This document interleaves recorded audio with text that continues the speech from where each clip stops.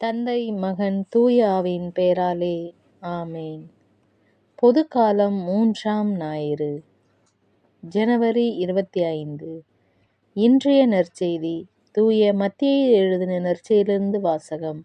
அதிகாரம் 4, இறைவசனங்கள் 12 23 முடிய.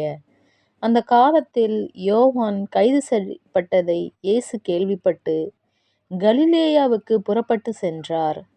அவர் நாசரேத்தை விட்டு அகன்று செபுலோன், நப்தலி ஆகிய இடங்களின் எல்லையில் கடலோரமாய் அமைந்திருந்த கப்பர்நாமுக்கு சென்று குடியிருந்தார்.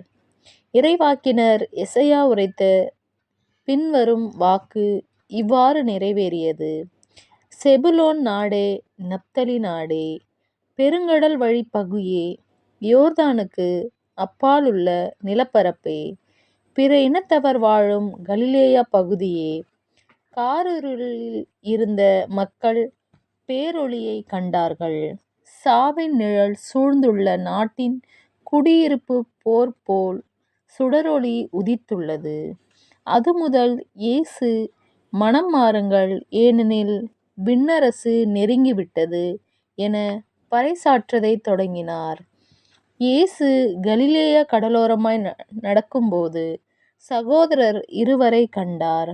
ஒருவர் பேதுரு எனப்படும் சீமோன், மற்றவர் அவர் சகோதரரான அந்திரேயா. மீனவரான அவ்விருவரும் கடலில் வலை வீசி கொண்டிருந்தனர். இயேசு அவர்களை பார்த்து, என் பின்னே வாருங்கள், நான் உங்களை மனிதரை பிடிப்பவர் ஆக்குவேன் என்றார். உடனே அவர்கள் வலைகளை விட்டுவிட்டு அவரை பின்பற்றினார்கள். அங்கிருந்து அப்பால் சென்றபோது வேறு 2 சகோதரர்களை கண்டார். அவர்கள் செபுதாயின் மகன் யாக்கோபும் அவன் சகோதரரான யோவானும் ஆவார். அவர்கள் தங்கள் தந்தை செபுதேயுடன் படகில் வலைகளை பழுது பார்த்து கொண்டிருந்தார்கள். இயேசு அவர்களை அழைத்தார். உடனே அவர்கள் தங்கள் படகையும் தந்தையையும் விட்டுவிட்டு அவரை பின்பற்றினார்கள். அவர் கலிலேயா பகுதி முழுவதும் சுற்றி வந்தார். அவர்களுடைய தொழுகை கூடங்களில் கற்பித்தார். விண்ணரசு பற்றிய நற்செய்தியை பறைசாற்றினார். மக்களிடையே இருந்த நோய் நொடிகள் அனைத்தையும் குணமாக்கினார். இது கிறிஸ்து வழங்கும் நற்செய்தி. கிறிஸ்து உமக்கு புகழ்.